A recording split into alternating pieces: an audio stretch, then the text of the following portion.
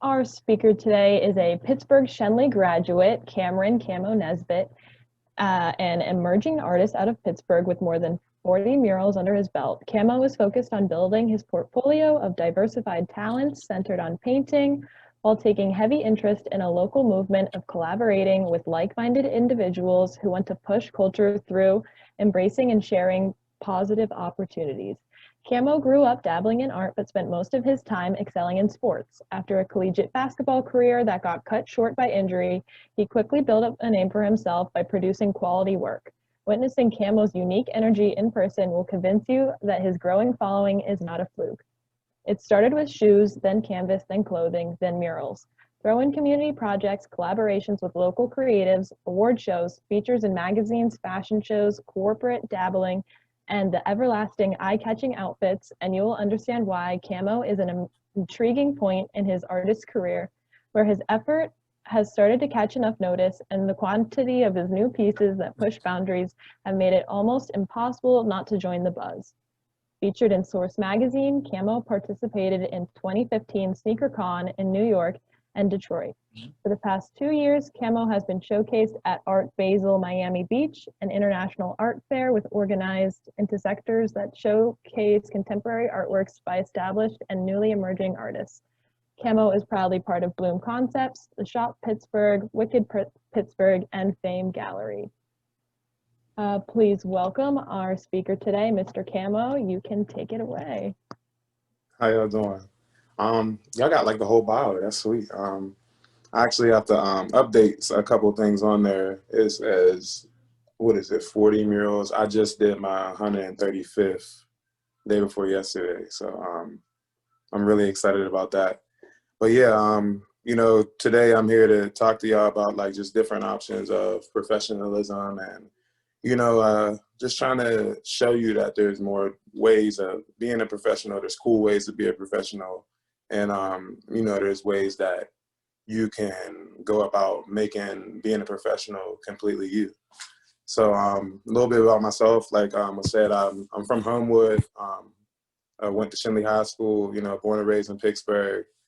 To give you a heads up, I wasn't really like the most creative kid or like, the most artistic at all. Like I'm probably a lot like y'all. Like I just like cool sneakers. Like I like looking nice. Like I was really into just, you know what I mean? Like looking a certain way. So if you're already into that, like you're already an artist, and don't let anybody tell you any different of that.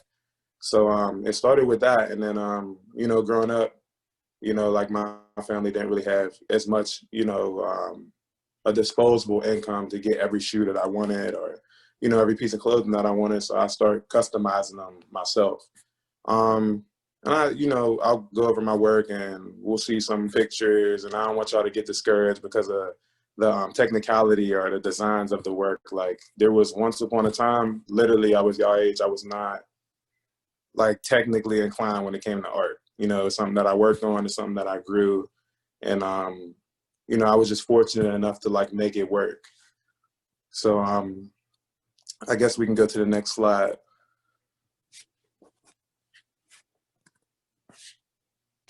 All right, so like I said, I started with shoes. I got hurt in 2011, my sophomore year.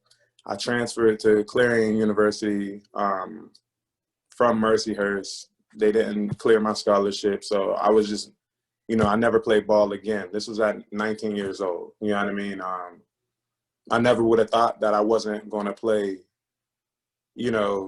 forever. I didn't think that, I would have to pick another career. But, after all of that, I did some art therapy, and I really honed in on like, hey, I like sneakers. I like painting on them. Like, let's see if we can make this work. Got some materials. You guys like are in like the best era ever for any type of professionalism, business, just making money however you want to do it. You have all these social media platforms. So I started in 2014. This was a collab with Social Status. It was me, Jeremy Raymer, and Baron Batch. And, it's get paid to do it. You think, oh, there's no money in art. You can't do this, you can't do that. Or somebody might tell you it's difficult or hard, but, just to paint this pair of sneakers, I got the sneakers for free. I got my own pair of them. I painted these, and I made $300 just to do it. And like they featured it and did all this. This was about 3-4 years ago. So just some examples of my work that I've done sneaker wise. I did the white and gold pair with the bathing ape type design. We can go to the next slide. So I just want to ask real quick, is Bape still around? Do our CEOs know what Bathing Ape is? Can one of y'all chime in? Let me know if you know what Bape is. Just out of curiosity. All right. It was a brand. They were awesome. They still are. I just was wondering. All right. Yeah, they're all right. They make a comeback like every 4 or 5 years. If you don't know about Bape now, they'll come back around like when you're in college. It'll randomly be like a literal dump of just this cool camouflage and random monkey thing. You'll see it. But this pair was actually really fun. This was like one of my first pair I did corporately. So I actually did a small collaboration with Tiffany & Co.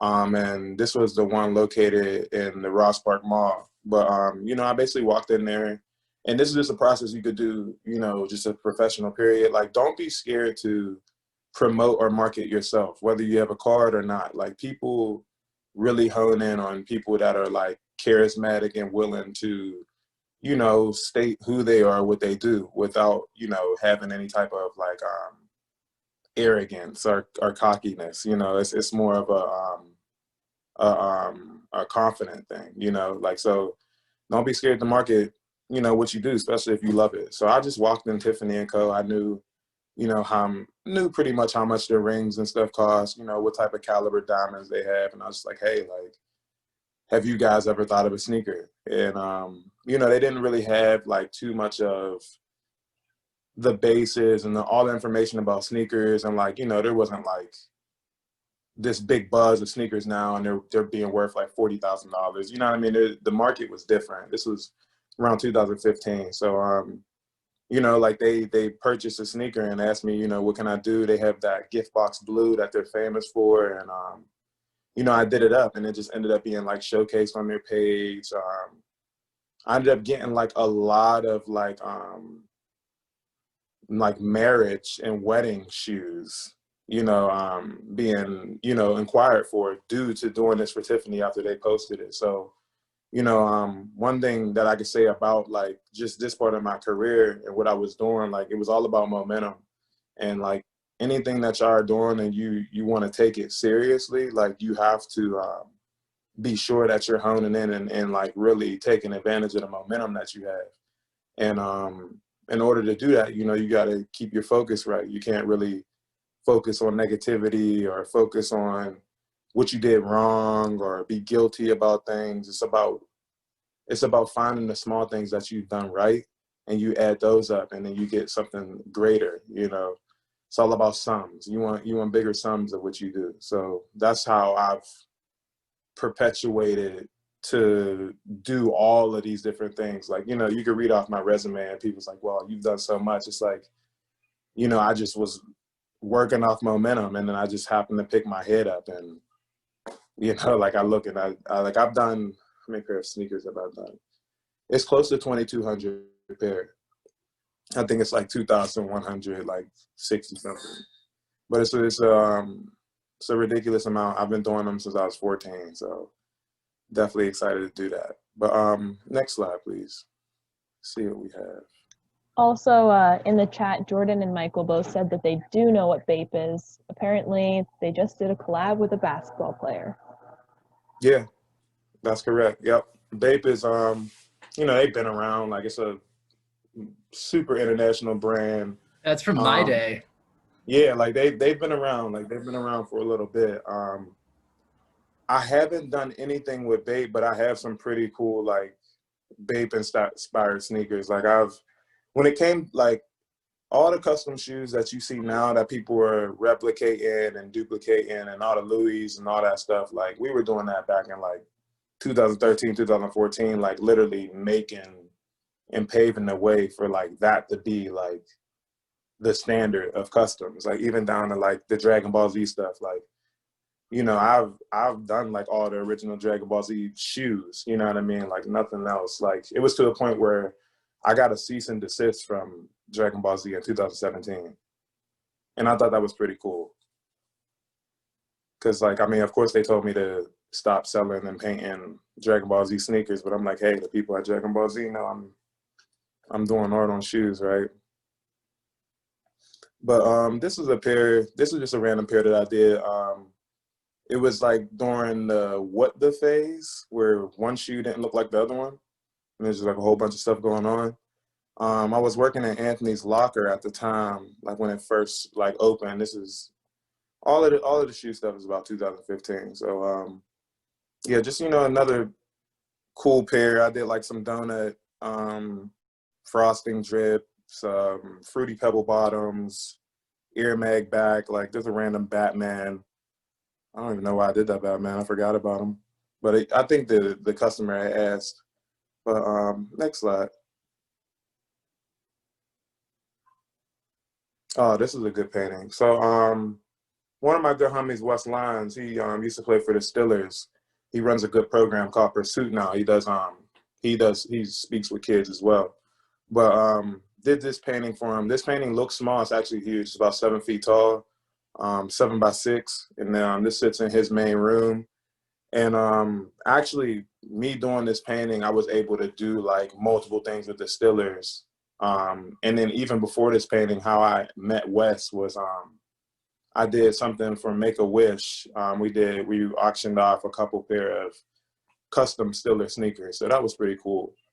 But this is more of like my next, you know, evolutionary phase after the sneakers. I started doing like canvases and really finding out how to build value in my work and build longevity and legacy in what I'm doing instead of just putting art on sneakers and people wearing them and, you know, do whatever you like with your sneaker. But I needed something that would make me more of an artist and me more of a professional. So the canvas work was a huge step up, you know, it was a huge update.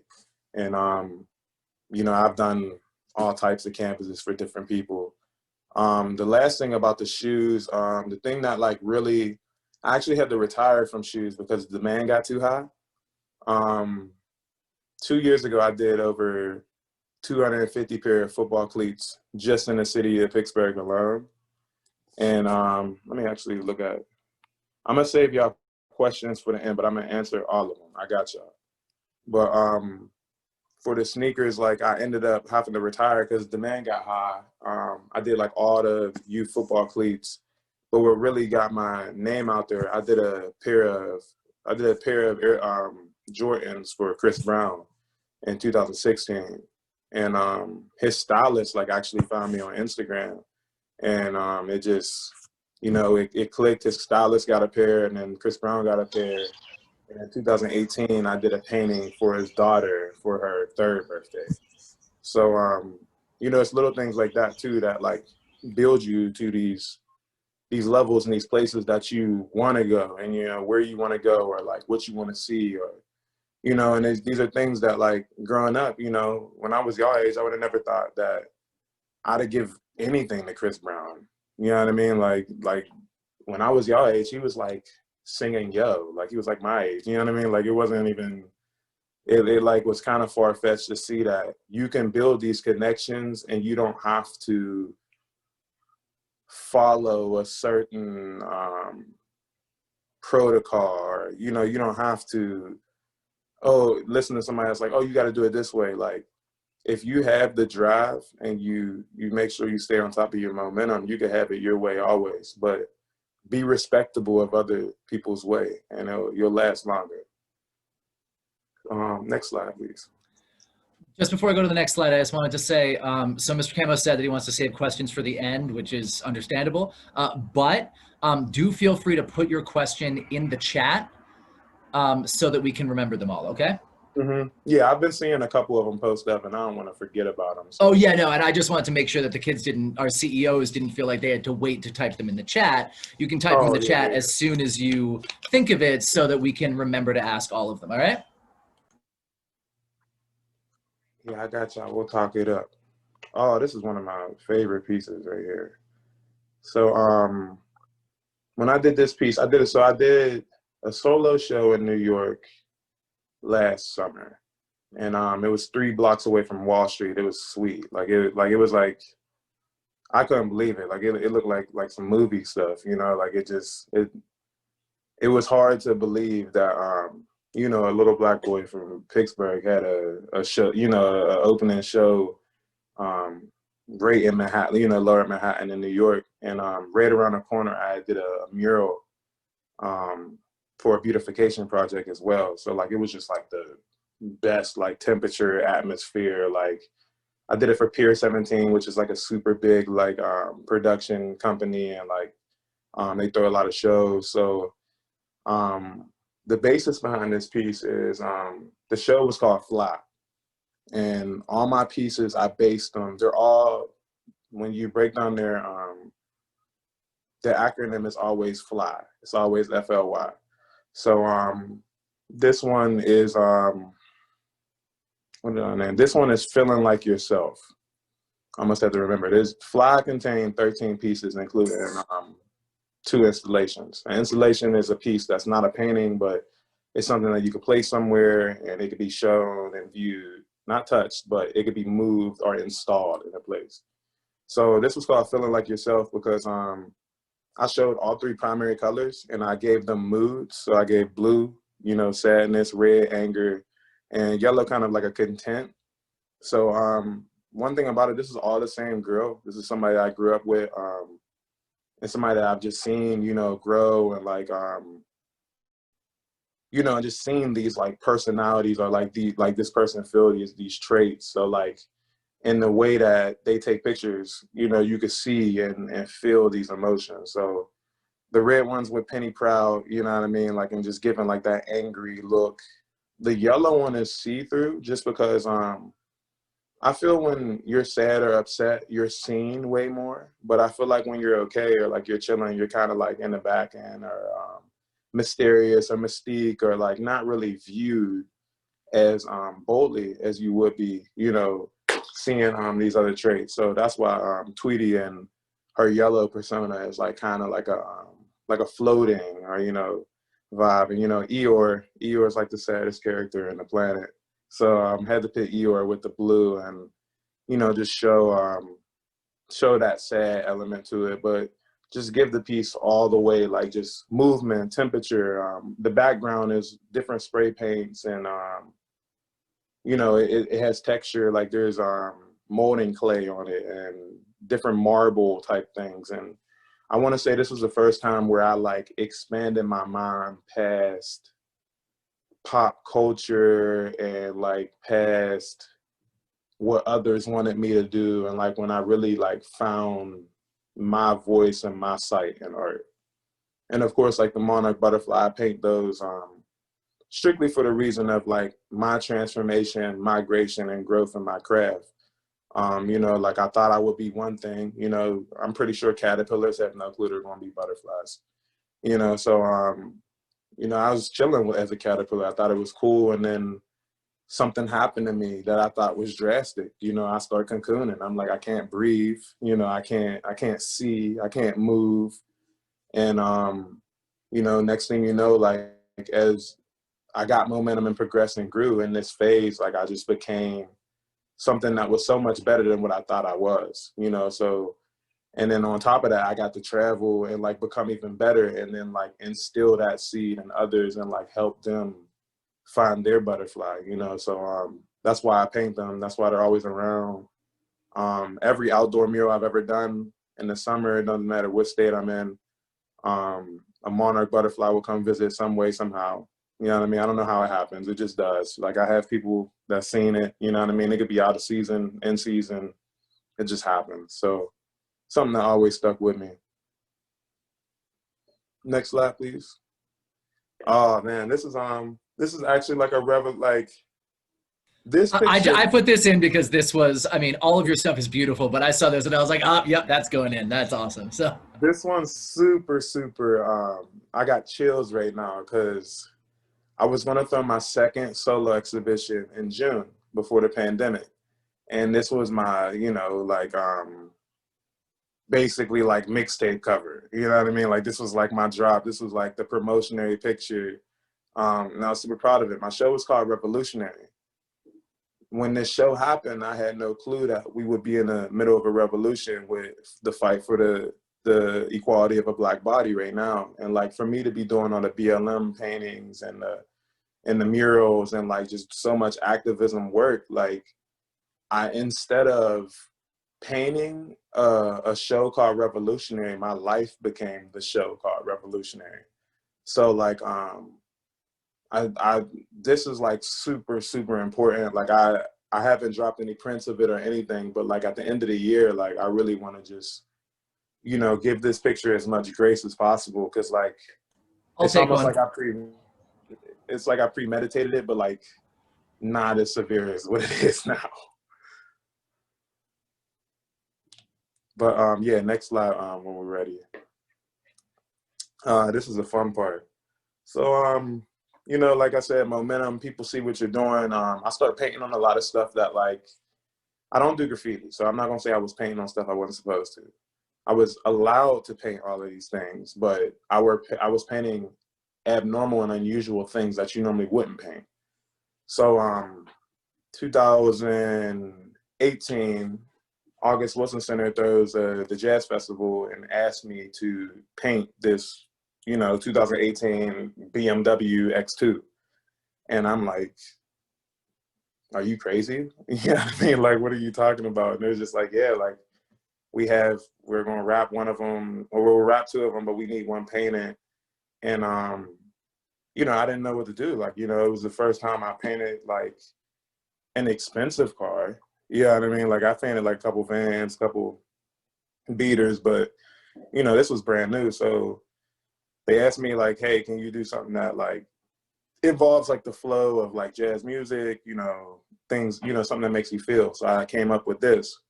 I painted it live. I painted it in the middle of downtown, right next to the August Wilson. Took me about 6 hours. But the super cool part about this was I definitely got paid. I got a nice check for that. And also, if you have any questions, how much I get paid or anything like that, do not be scared to ask me. I might lie by a couple numbers, but I'm just going to give you like a real list. I'm not going to over exaggerate it. I'm just going to show you the price point that you can make off of this. But after like getting paid for this, which was already sweet, they let me drive it for like 3 months. So like I just had like and then like this was like the fastest car I ever had. Like it was just wild. Like you could do anything. Like they had like it was a courtesy vehicle, so I never got parking tickets. Like it was the craziest thing I ever had in my life. And they let me. I painted it in June, but they didn't let me drive it until my birthday. So I had it like for the rest of the year. My birthday's on Sunday, by the way. But yeah, I got it on my birthday, and then I just drove it for the rest of the year. So this one was cool. This was my favorite one for sure. Next slide, please. This was the second X2 that I painted, and this was last year's. And gave it a little bit different of a feel. I didn't want to do just colors or movement. So I did a couple monarchs, butterflies in the back. Like I did like some of that blood orange accents, the music notes, blue bubbles, just gave it a different concept. And like, I don't know, I guess I was in a place where I was making work to sell. So like my concepts were a little bit different. So I did this and they actually like the car actually sold like from that spot. So you know, it was super dope. Like I didn't get to touch that car at all. I didn't get to drive that one or anything. But you know, I just thought it was really cool that I went from, you know, just getting paid to paint it and then like kind of driving it and like, you know, it's a fleet vehicle, something happens to it, but like this one actually like, you know, was on the market and it sold. So I thought that was pretty cool. Next slide, please. This one I did for a good friend. they actually do car detailing. And the other side is like his like their business card and like all this stuff. It was what was it? It was perfection detailing.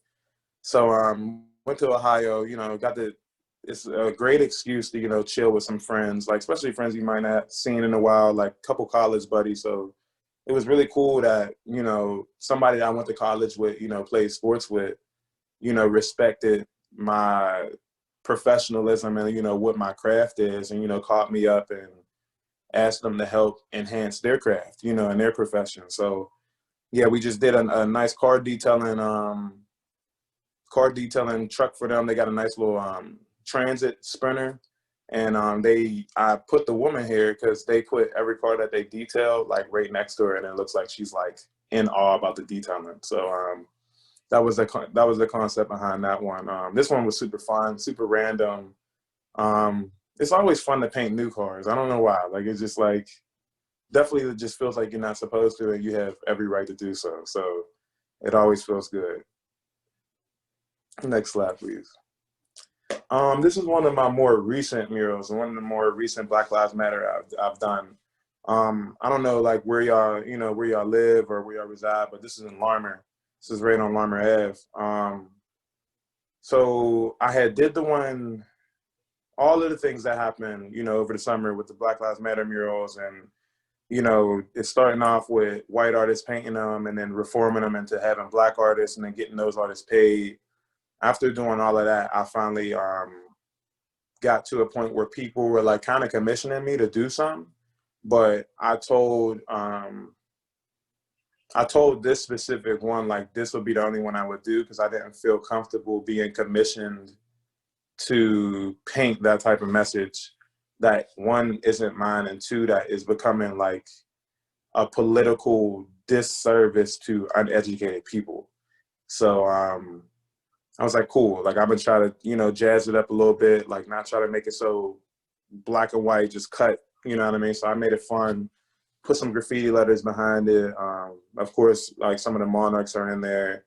And this was really cool because like I actually did it with a lot of my Learn to Earn kids. And I'm not sure if y'all know what Learn to Earn is, but it's a program in the summer. They do it throughout the year, but mainly in the summer, where like if you don't have a summer job, like you're looking for one, like you kind of get stationed and like, you know, different places. Actually very similar to y'all program, but it's just, you know, like very broad. Like some people do this, some people are like, you know, picking up trash, like, you know, it's just something that is experimental, just showing you guys something different. And they got to like be a part of painting like some of the black on there, like learning about structure of letters, you know, color theory. So I like this one a lot because I got to do it with my Learn to Earn kids. Next slide, please. Oh, quarantine mural. This is very simple. Like I had like some scrap cans. Like I didn't have too much paint. Till this day, there's actually still a spray paint shortage. I just happen to have like a certain sort of like juice and membership to be able to get my spray paint. But there's a tin shortage. So, you know, it was hard to get paint. I only had like a couple colors, and I didn't have like too much paint in those cans. So I just, you know, went outside. I was bored out of my mind, couldn't go anywhere, and just painted this on the side of the shop that's on North Dallas and Homewood. Primarily, a lot of my newer murals are in Homewood. I took pride in actually, you know, taking my hometown and like beautifying it and like, you know, going against the gentrification and like just trying to keep solid memories amongst the people that are there. So I actually have completed 8 projects this summer in Homewood that like are, you know, whether they're installations or whether they're murals, but just to you know, just give the people around something to be proud of and, you know, I must protect. So that's how this came about. I never named her. She's not chewing acid bubble gum. I just didn't have another color. It just happened to be green. After I thought about it, I was like, I should have did it blue, but I didn't have enough blue. And then, you know, so I was like, you know, figure it out. But yeah, that's why her hair is like kind of like scrappy, you know, but scrap can mural, they're always fun. Don't just go doing murals on the side of the buildings after conversations. You have to get permission for that. You can't just paint. But yeah, we can go to the next slide. This is my latest mural. This is like, I literally just did this, I want to say probably like 3 weeks ago. And this is like my biggest Homewood one, but this is the Homewood is Home one. Each letter represents, you know, different attributes of Homewood. Like this is, like I did the gardens for the H, the new businesses open and for the O, the love that's in Homewood for the M, children garden, like, you know, playing outside, little girl playing with trucks and stuff in the E, the Harambe for the W, black man carrying, you know, Black Heritage flag. The Bible Center logo is in the next O, and that's the people that commissioned me, and like that's actually their building. The daycare is in Homewood. We actually have some pretty dope ones. So that's for the O. There's a child playing with Legos. And the D is for all the essential workers that, you know, service Homewood, help Homewood, might be, you know, residents of Homewood, like just anything involved. And this was, you know, another Monarch mural, just trying to leave as much signature as you can, because that also helps with momentum, because people can go, oh, Monarch, Camo, got it. You know what I mean? Instead of it just being like, oh, I'm so slept on, or no one's viewing me. Like, you got to give somebody something to remember you by. Like, we buy Apple phones and we know they're Apple because the logo and because they're Apple, you know, so you got to give them something that makes you Apple. You know, it could be your name, it's your first name, but like you want to be or figure out how to make that trademark or that statement piece. Next slide, please. This is another recent one, and this is this year. A new, what are they? I wouldn't say they're CrossFit, but like super like cool fitness gym. And I walked in and there was nothing in there, but they just had like this turquoise like gift box blue wall, and like I'm just like, how did you get this color? Like, what color is this? I've never seen this color like on a wall like this big.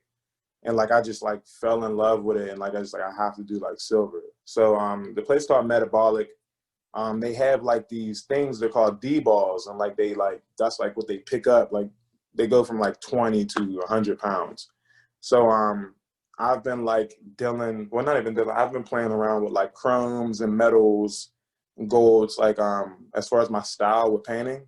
So I wanted to make like metal, you know, steel versions of these D balls and add that to the letters. And he kind of wanted like a Pittsburgh, like kind of grungy, like steel feel, but he didn't want anything cliche as far as like bridges or like the skyline or anything like that. So I'm like, well, you're making it really hard, because like that's like the only thing you can do with Pittsburgh other than put like a pierogi or, you know, something like that on it. So, you know, I'm trying to figure out what to do with this giant turquoise wall. So, you know, this is what I came up with. There's actually more D balls like flying around, but you know, this is just like their sayings that they say for their gym. And I thought this one was important because it was something that necessarily isn't like what I wanted to do imagery wise, but like sometimes you do have to compromise for the better business or like the better deal.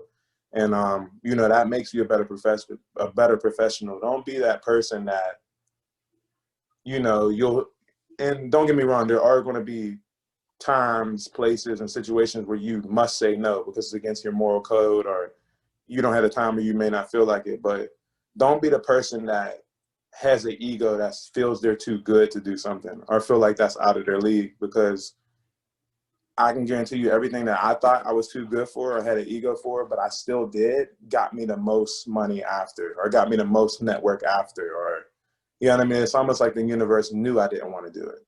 And it's like, that's how you reward it. So definitely keep in mind, you know, even though you don't want to do it, sometimes you got to do it. If you're, like you said, if you're able, do so. Next slide, please. This one was super cool. So after the BLM downtown and like that whole uproar with the white artists painting it first and then like us reforming it, and like I ended up being able to get all 25 artists that I brought down there paid $250. And then like we're actually actively going to redo the vandalism and everything that was done to it recently. We're going to redo the whole thing. But this particular mural was Spirit Walks. So Brian Ganella, a good painter in Pittsburgh, he holds a festival basically for artists every year. We pick 6 to 8 artists to like paint on this wall, and like it's like sectioned off in like 6 to 8 ways. But after that, the BLM, and after the uproar with the protest and the police brutality, the inequality of the Black body, he wanted to base this year's Spirit Walls off of Black artists and like what can we do with the curation. I decided that I'll be the curator because I'm like, if we're going to do something that's like this meaningful, this big, like we should do something that's like completely composed as one picture. So I got 8 of some of the best artists, Pittsburgh has to offer, and we came together and we did this mural, and like it was great. Like, Natik, Wavy Wednesday, Giorno, Julie, PPJ Customs, Janelle, JY Originals, every emerging artist of Pittsburgh, like, of like the youthful part of art, because art's like kind of like an older person's game. But we all got down and we did this mural, and like we did it in 2.5 days, and it's huge. Like it's I don't even remember. I think this is like 250 feet by like 27 or something like that, or 27 by 250. It's something crazy like that. We got 2 scissor lifts, had a bunch of ladders. It was fun. We ended up doing a GoFundMe. We raised over $5,000. We got all the artists paid. So like, it was really dope to just do something like that. And it have like such meaning, and, it just be something that other artists can put on their CV, and, like they can push this and promote this and market themselves off of this professionally. So definitely one of my favorite projects. Next slide, please. This was another scrap mural, believe it or not, like just another quarantine. I only had X amount of paint, like I didn't have too much. People love this mural, and I'm just like, well, I mean, it's cool, but like I was just trying to hurry up and see if I could actually do it and not run out of paint. But this is just, I called it the Yin Yang Twins. And basically, the reason why I did this, and it was, I started with portrait work. I did like grayscale stuff, and I ended up getting like really good. But I suffered in doing like our actual skin tones, like brown and Black people's skin tones. So I had to like learn how to do it and like get it right. And I had just enough paint for this one. And like, when I seen it, I was like, how can I use yin and yang and like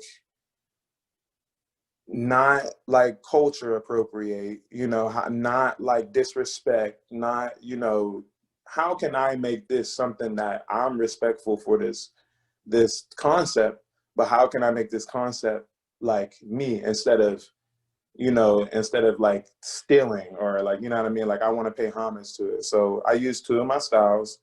And, like, I just thought this kid, like, reminded me of, like, Einstein, like, I just, like, this kid is, like, just so bright. Like, there's something about this kid that is just, amazing. So, like, I just put those 2 colors together, and I think it really, like, complemented each other well. I've never done, like, a split color, image like that or something like, but these were the only colors I had. And I was like, whoa, I can't do a whole face, but I could do a half a face of brown, and I could do a half a face of Black. So like, how can I do that? And I just came up with it. So another lesson, work with what you got. There's no such thing as being in the perfect position or, oh, I'm gonna wait until I get this, or I need this to do that. Like, I kid you not, I was doing detail work on sneakers with toothpicks because I couldn't afford new brushes, doing stuff with quarters. You know what I mean? Like, there was like literally finding innovative ways in like what I had in front of me instead of just thinking I had to be at this place or like I needed to do this much to get here. Like, you never know, you know what I mean? Like, be a risk taker, not a deal breaker. Next slide, please.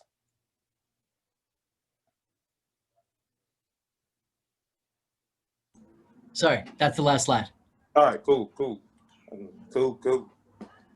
So let me actually, I'm gonna look at these questions, but like y'all can ask me as like going on.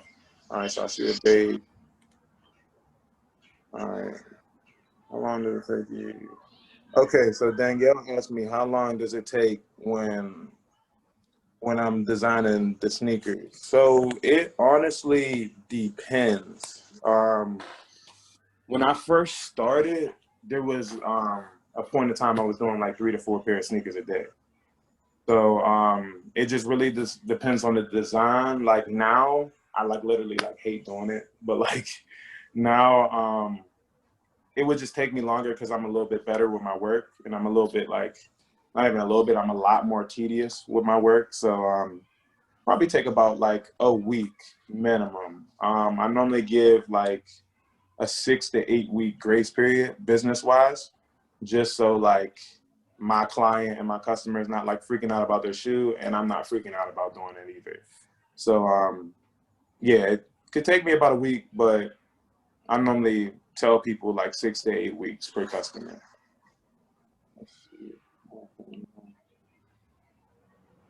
Have you ever came? All right, so Michael, have you ever came into situations where people who tried to ruin or disrupt your work and art? If so, how do you deal with the adversities? That's a very, very good question. I like that question, Michael. So yes, I have and it comes from different angles. You know what I mean? And it's just the energy of like we love positive things, but like everything has duality. So of course there will be some negativity, and there's going to be like some resistance or going against the grain. So I give you a small example, and it's recent. So, and I'm going to tell you how you deal with it, because I'm going to tell you to deal with it positively.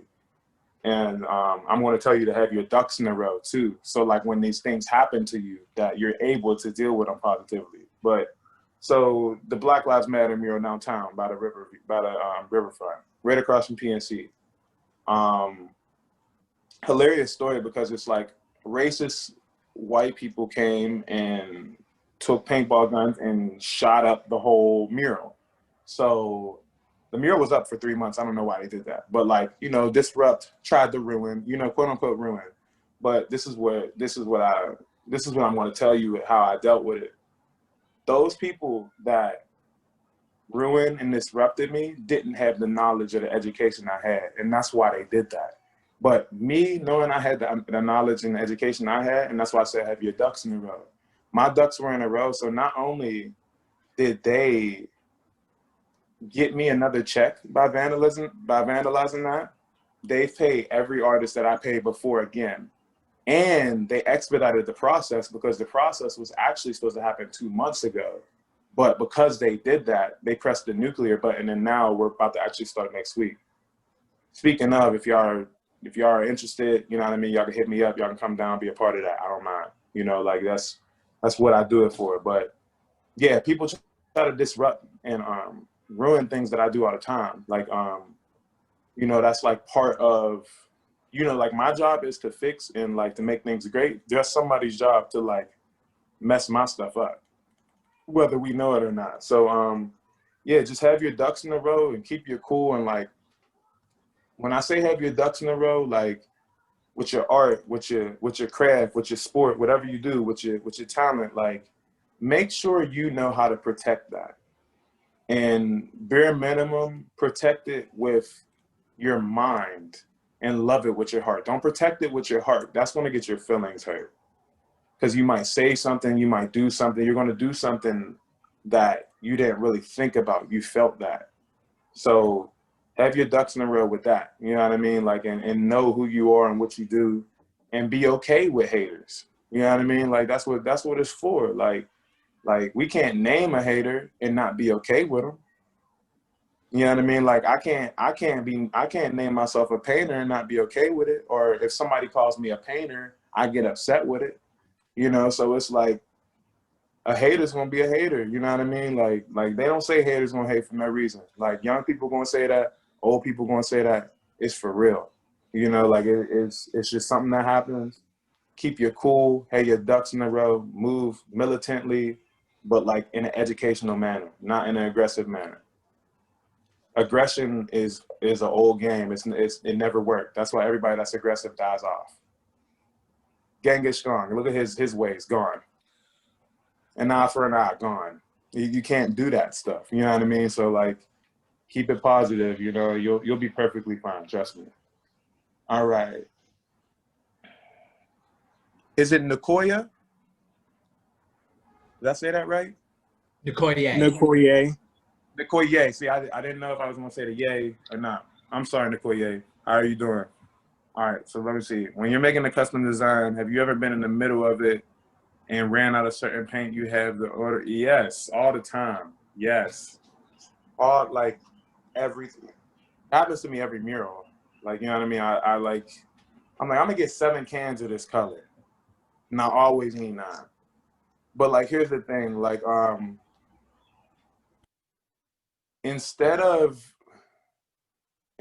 focusing on that happening, you learn how to deal with it or improvise with what you're doing. You know what I mean? Like, because there's going to be a time that you're going to grow in your craft and get to a point where that's not going to matter because you have the resource, or you have, you know, you have the money, you have that paint. You know what I mean? Like, there's going to be a time where that's not going to happen. But my advice is love on those moments. You know what I mean? Like, really, let them happen. You know, like, let them happen, and like, have fun with them. See what you can do when you don't got no more. You know, switch up your design. Like, play with your mind, play with your confidence. That's the momentum you want to build.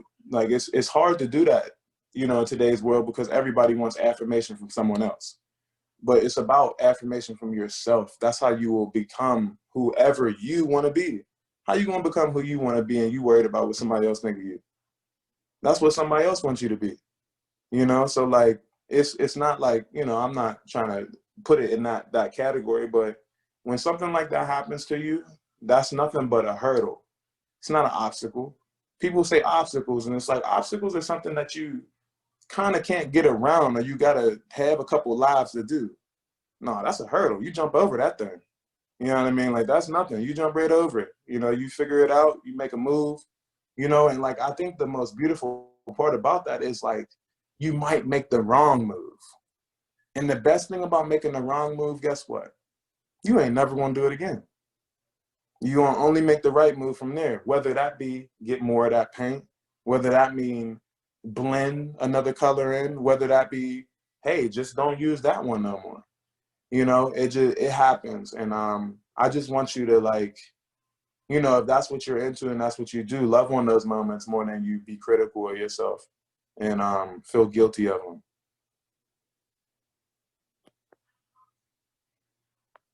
Got any more questions? I think that's all of them in the chat, but you know, y'all can ask me whatever. Like, you know, Yeah, I mean, that was everything we had in the chat. But if anybody has any other questions for Mr. Camo, he's opening it up for you. So please feel free to unmute and ask away. Yeah, I'll let y'all know. Like, you know, I mean, I know a lot of things about money. People always be like, hey, like, how, you know, how much do you make, or you know, like, how to do this? Like, you know, I give you a ballpark number. This summer on murals, I did 50K. You know what I mean? I could sit down for the winner, you know, like, and that's So like, those were snaps, not money, but either way.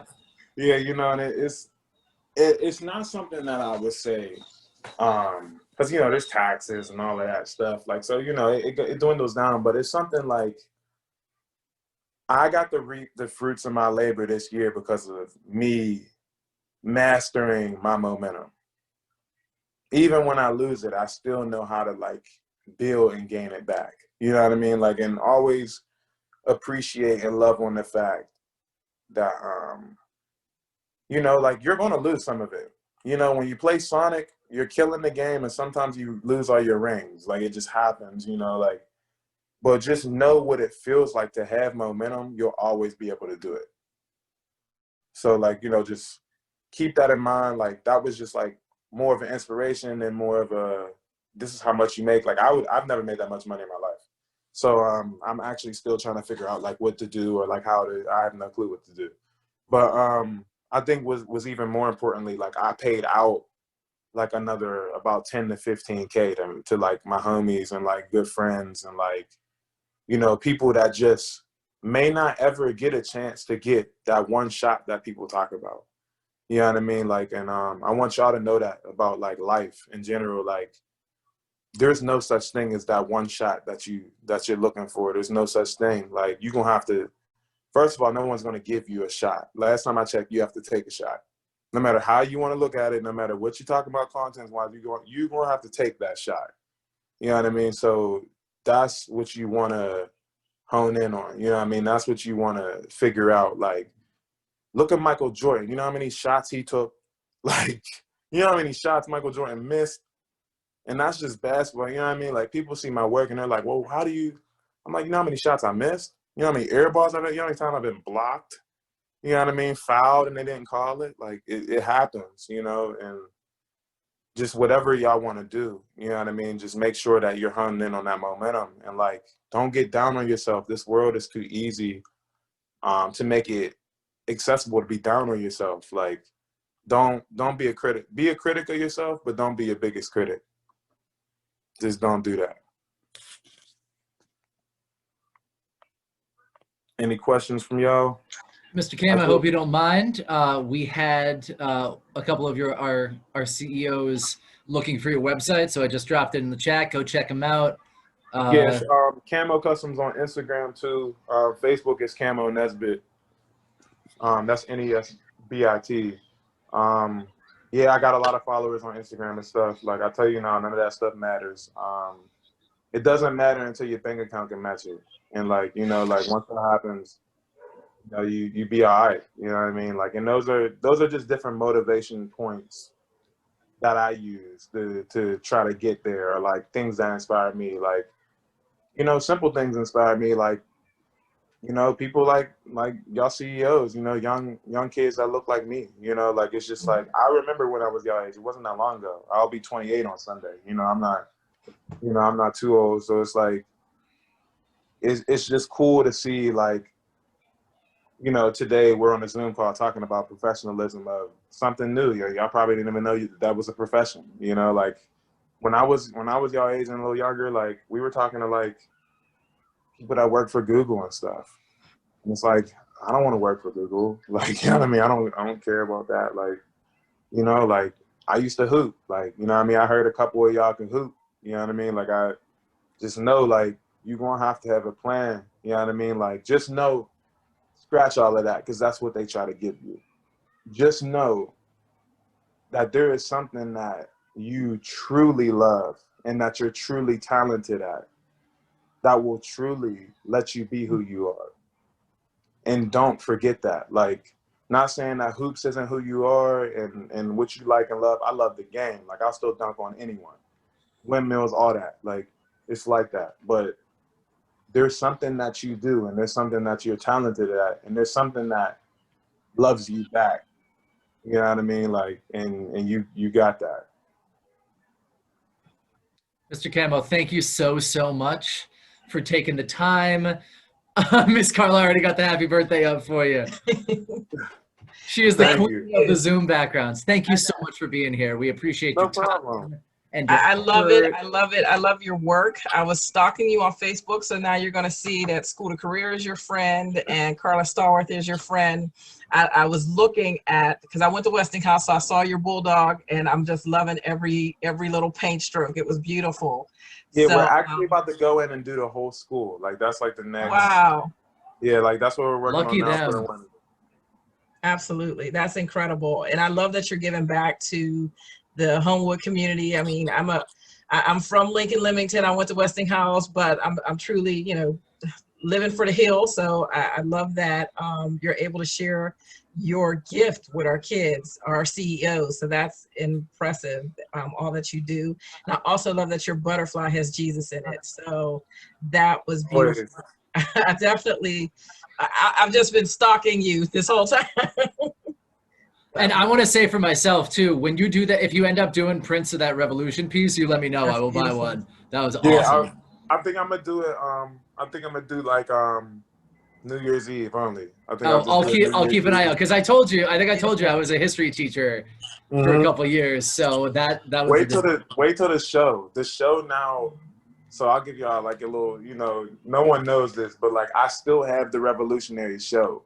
Like, I have it, like, it's still, you know, in the works, but it was basically, you know, what Black people, what, you know, people of color are dealing with today in the format and conception of like, you know, the 1920s and back in the Revolutionary War. But now I'm going to do that. And then the other side of the show, along with the photography I have, is going to be how black people were treated in the 1920s in today's conceptual, like, you know what I mean, putting them in with like cell phones and stuff like that. Like, you know what I mean? So I'm going to flip flop it and, you know, just show like how revolutionary like race and politics could be. Yeah. So like, you know, that's like the show basis. So I'm like really excited about it. I just need a place big enough to show for it. Because the pieces are all 8x8. They're 8 foot by 8 foot. They're huge. Oh, wow. Okay. They're huge. Yeah. I don't know. You might want to reach out to Kirk Holbrook. That new Blakey Center is being renovated. I was just about to say either there was the Blakey Center, and was that part of the New Granada? Is that what that was? That's where this Pit CEC is going to be until the New Granada is finished. I gotcha. The New Granada will be 10,000 square feet, but that's going to be a little longer. That's not ready yet. Yeah, that's huge. Yeah, and then Jordan Smith from the Hill CDC is working on Nafasian Center as well, which is going to be another artist community. So if you're ever, I mean, I know, you know, Daryl has all of his own connections, you know, not to say that we can help you with anything that you don't have already, but if there's ever anything we can do, please give us a shout. We'd love to help support you however we can. Oh, I appreciate it tremendously. I honestly do. Awesome. We cannot thank you enough. I'm honestly so glad that you were able to come today. Can we have a mics off thank you from Mr. Cam, please, from all our CEOs? Mics off with a big thank you, please. Thank you. Thank you. Thank you. I'm glad y'all listen. I hope that, you know, I helped out a lot, which is if you are artistically inclined or want to know about more stuff, like if you want to holler at me, like I said, you want to shoot me a DM or something, like, you know, we could do so. Like, I just want to let y'all know, like, you don't have to just do what is sought out for you to do. You know what I mean? You can do exactly what you want to do, and you could be exactly who you want to be. And like, I'm telling you, it sounds corny when you're younger, and then you turn 25 and you're like, oh snap, I could really do that. Like, I could really call whatever shot I want. Like, so, you know, always keep that in mind. Thank you, Mr. Cam. Have a wonderful, wonderful weekend. We appreciate you. Great. I really you appreciate guys too. Thank Enjoy you. your birthday. Thank you. I will. All right. Thank you. Y'all have a good evening. Yeah. See ya.